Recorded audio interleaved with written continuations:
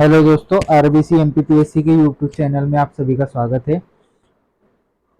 और आज हम जो है मुख्य परीक्षा 2024 नए सिलेबस के अकॉर्डिंग पेपर 2 पार्ट ए का जो नई यूनिट है, यूनिट 5 मध्य प्रदेश का प्रशासन के कुछ टॉपिक यहाँ पर हम पढ़ने वाले हैं। तो चलिए आइए स्टार्ट करते हैं। सबसे पहले मध्य प्रदेश की प्रशासनिक व्यवस्था। तो मध्य प्रदेश की प्रशासनिक व्यवस्था, तो किसी भी राज्य को सुचारू रूप से संचालित करने हेतु प्रशासनिक व्यवस्था का होना अनिवार्य है। मध्य प्रदेश में भी निम्न स्तर से उच्च स्तर तक एक व्यवस्थित प्रशासनिक व्यवस्था है जो मध्य प्रदेश में प्रशासन को सुचारू रूप से संचालित करने हेतु उत्तरदायी होती है। आगे बढ़ते हैं। मध्य प्रदेश का सामान्य प्रशासन विभाग मध्य प्रदेश की प्रशासनिक व्यवस्था के धुरी के रूप में कार्य करता है। तो मध्य प्रदेश का जो सामान्य प्रशासन विभाग या जीएडी जिसको हम बोलते हैं, वो जो है मध्य प्रदेश की प्रशासनिक व्यवस्था की धुरी के रूप में काम करता है। फिर हम मध्य प्रदेश का सामान्य प्रशासन विभाग के बारे में देख लेते हैं। सामान्य प्रशासन विभाग राज्य प्रशासन का एक विस्तृत विभाग है। सामान्यतः सामान्य प्रशासन विभाग का प्रमुख या तो राज्य का मुख्यमंत्री या फिर गृह मंत्री के अंडर होता है ये। ठीक है। इस विभाग के क्या काम है? तो नीति संबंधी विषय हो गए। इसके बाद प्रशासनिक अधिकारियों की पदस्थापना एवं सेवाएं, शासकीय कर्मचारियों की सेवाओं से संबंधित निर्देश, सतर्कता एवं प्रशिक्षण से संबंधित कार्य, अंतर विभागीय समन्वय, राज्यपाल सचिवालय से संबंधित कार्य, ये सब जो है सामान्य प्रशासन विभाग के काम है।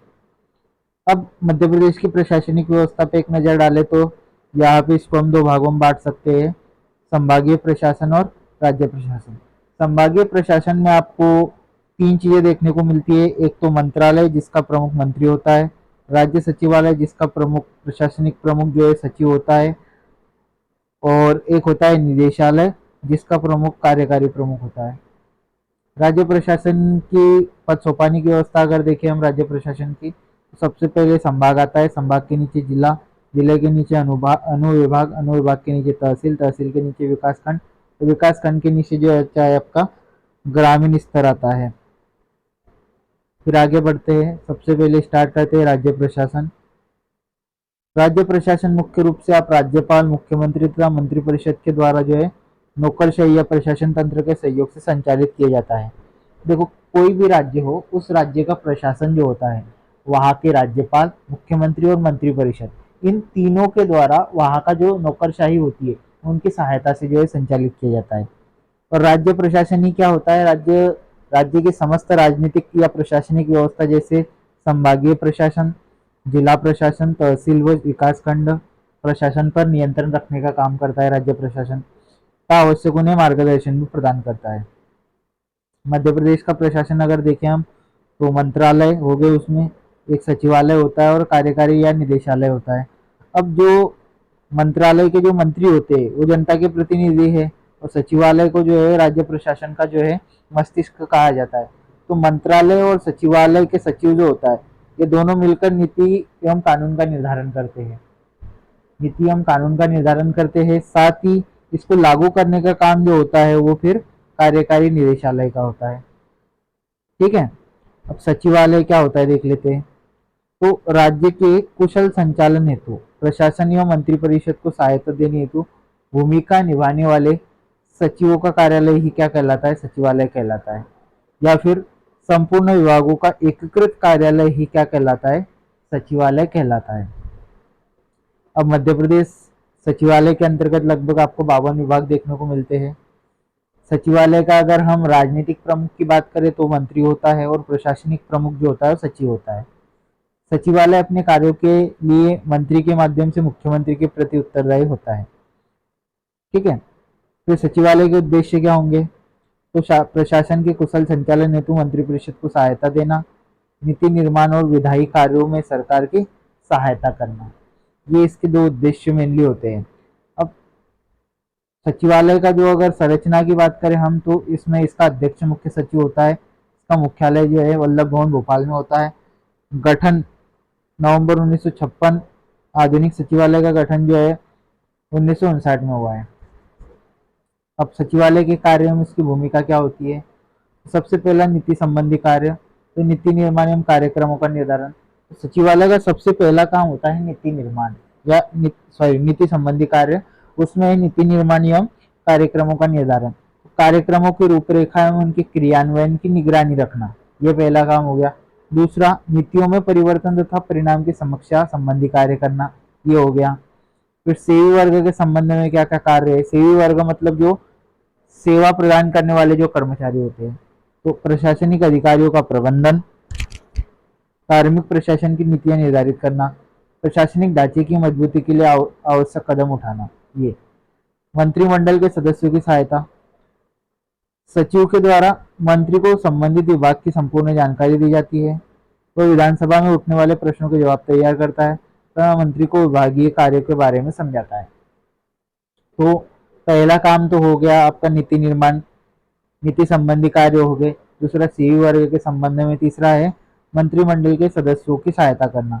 फिर विभागों पर नियंत्रण, तो विभागों पर नियंत्रण रखने के लिए क्या करता है, एक आदेश जारी करता है। तो विभागों पर नियंत्रण रखने के लिए आदेश जारी करना। फिर नियम प्रारूप व विनियम बनाना, ये भी इसका काम है। इसके अलावा कार्यक्रम संबंधी, तो नीतियों कार्यक्रमों का समन्वय करना, उनके क्रियान्वयन पर नियंत्रण रखना। समन्वय, सचिवालय के प्रशासनिक विभागों में ये समन्वय बनाए रखना। वित्त संबंधी, आर्थिक नियोजन तथा वित्त संबंधी कार्य करना। संचार, केंद्र सरकार तथा अन्य राज्य सरकारों द्वारा एवं नीति आयोग जैसे केंद्रीय अभिकरणों के साथ संचार की व्यवस्था। प्रशासन संबंधी, प्रशासनिक तंत्र को सुगम बनाने तथा कुशल तरीके से संचालित करना, निर्देशों का पालन करना। राष्ट्रपति शासन के समय राज्यपाल के निर्देशानुसार कार्य करना। सूचना केंद्र की स्थापना, सचिवालय राज्य शासन को प्रत्येक तथ्य की सूचनाओं से अवगत कराता है। वह मासिक प्रतिवेदनों द्वारा शासन के कार्य की सूचना देता है। तो ये हो जाएंगे सचिवालय के प्रमुख कार्य एवं भूमिका। अब हम देखते हैं मुख्य सचिव के बारे में। तो अगला जो टॉपिक है हमारा, या सब टॉपिक बोल सकते हैं इसको, वो मुख्य सचिव।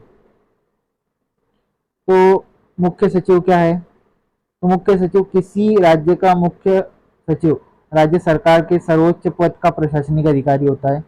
वह राज्य प्रशासन की देखरेख और राज्य सरकार की नीतियों को लागू करने के लिए जिम्मेदार होता है।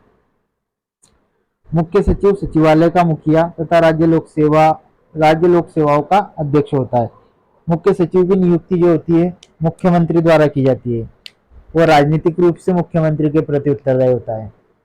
मुख्य सचिव जो, अगर मुख्य सचिव की बात करें हम, तो यह भारतीय प्रशासनिक सेवा का एक अधिकारी होता है जो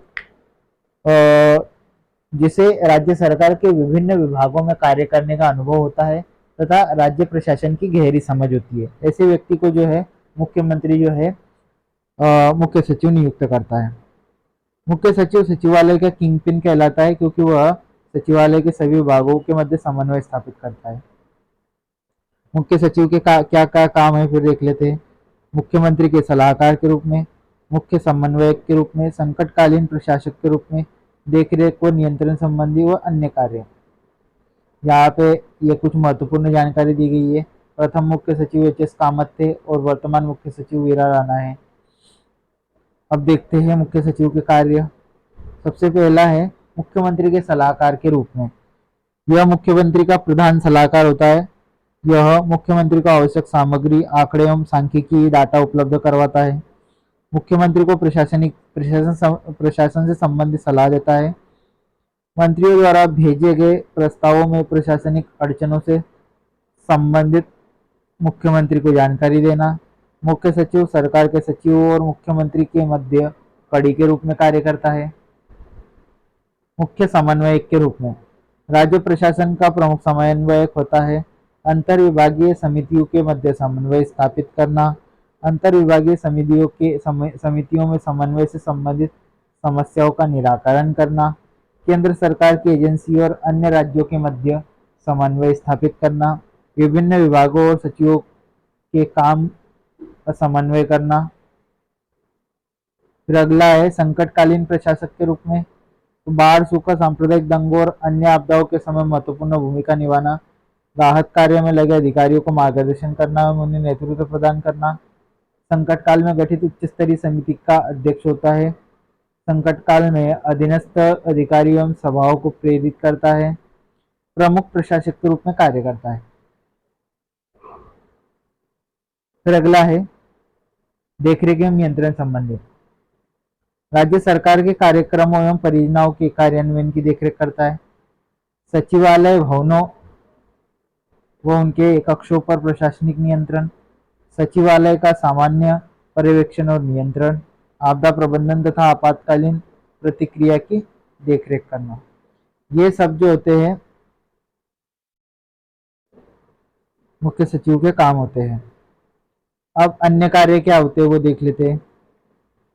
अन्य कार्यों में देखिए, राज्य के वित्त एवं बजट का प्रबंधन करना, सरकारी कर्मचारियों की नियुक्ति, स्थानांतरण, पद मुक्ति संबंधी कार्य, राज्य में कानून व्यवस्था सुनिश्चित करना, राज्य के विभागों और एजेंसियों के प्रभावी प्रशासन को सुनिश्चित करना, राज्य की प्रशासनिक मशीनरी को नेतृत्व व मार्गदर्शन प्रदान करना, विभिन्न मंचों एवं बैठकों में राज्य सरकार का प्रतिनिधित्व करना, संकट काल में राज्य के मस्तिष्क की भांति कार्य करना, कानून एवं नियोजन से जुड़े मामलों को देखता है, राज्य प्रशासन का प्रमुख प्रवक्ता होता है, राष्ट्रपति शासन के द्वारा राज्यपाल के प्रमुख सलाहकार के रूप में कार्य करता है।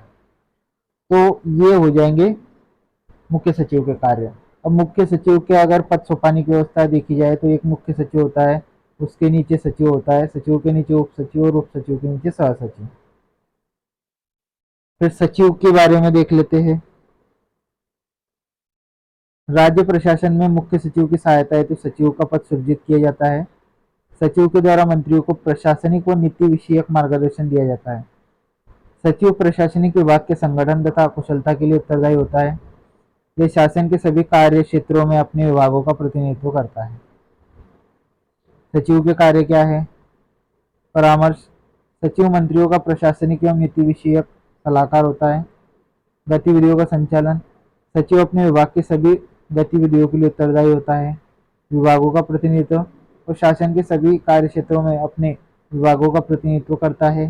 कार्यों का विभाजन, वह अपने अधीनस्थ अधिकारियों और स्टाफ के बीच कार्यों का विभाजन करता है।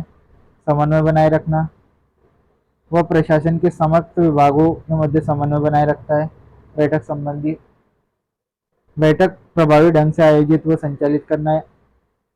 इस प्रकार जो है सचिव प्रशासनिक विभाग के संगठन तथा कुशलता के लिए उत्तरदायी होता है। तो दोस्तों ये थे हमारे आज के टॉपिक। अगर आपको वीडियो पसंद आए तो वीडियो को लाइक और शेयर जरूर करें और इस वीडियो पर अपनी प्रतिक्रिया जरूर दें। धन्यवाद। वीडियो देखने के लिए आपका बहुत बहुत धन्यवाद। Thank you so much.